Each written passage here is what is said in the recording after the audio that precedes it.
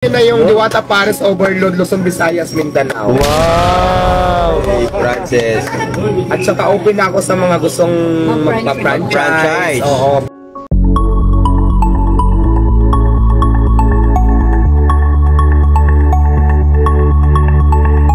Isang magandang balita nga ang in-announce kamakailan lang ni Diwata Pares Overload sa ilan sa mga videos sa kumalat ngayon sa social media kung saan official niyang in-announce na open na or meron po siyang ibang plano na magkakaroon siya ng Diwata Pares Overload all over the Philippines, Luzon, Visayas at Mindanao.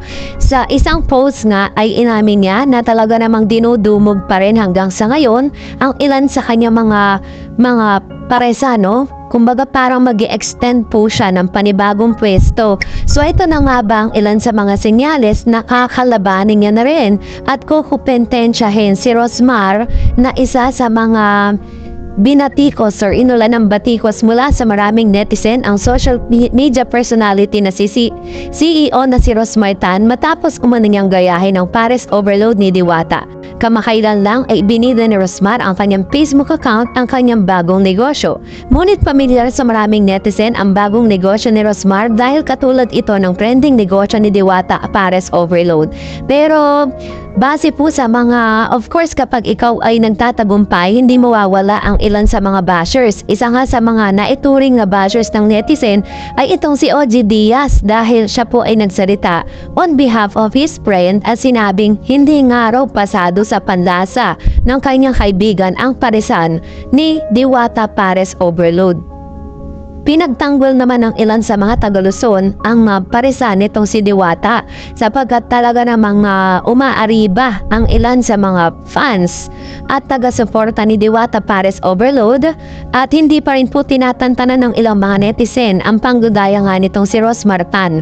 Inamin ni Rosmar na siya po ay na-inspired kay Diwata dahil po sa kanyang business na ito. So ipinakita nga ni Rosmar sa kanyang TikTok account ng ilan sa mga na talagang hands-on siya sa kanyang negosyo na Pares Overload. At aminado rin naman si Rosmar na siya po ay talagang na-inspire kaya ipinagpatuloy niya ang dati niyang plano na magkaroon ng paresan. Para maiba ay may mga pakulo naman si Rosmar sa kanyang paresan. Ayon kay Rosmar, sa halagang 100 ay may kasama ng lechong awali at bulaklak, only rice, only sabaw at soft drinks ang kanilang pares. But there's more dahil may kasama rin itong only swimming at pwede pang gamitin ng mga bibili ng amenities ang kanilang resort gaya ng playground, basketball, arcade at beer pong. Matatagpuan ng Rosmar Pares Overload sa Our Mansion Resort and Resto Bar sa Calauan, Laguna. Bukas ito mula 10 AM hanggang 12 AM tuwing weekdays hanggang 10 AM naman hanggang 2 AM tuwing weekends. Caption ni Rosmar sa kanyang post, grabe pinapapak ang 100 petot nating Rosmar Overloaded Pares. So base po sa mga statement ni Diwata Pares Overload, inamin niya na talagang nagkausap po sila ni Rosmar at nagpaalam daw di umano sa kanya si Rosmar na siya po ay magkakaroon din ng kanyang negosyo na Rosmar Pares Overload. Pero kagandahan lang nga dito ay meron po siyang consent, no? Pero base po sa mga inilabas sa statement ni Diwata Pares Overload ay ready na rin po siya and open siya for franchise.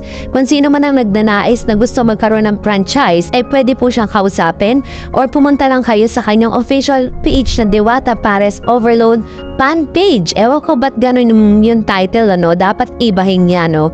So sinabi niya rito na so umago-open po siya sa Luzon, Visayas at Mindanao, maaari pong magkaroon ng or kompetensyahin niya ang paresan nitong si Rosmar. So at the end of the day, ang mga tao pa rin ang magdi-decide kung saan talaga ang kanilang kakainan or susuportahan. So kayo po, ano pong saloobin ninyong patungkol dito? Comment down below.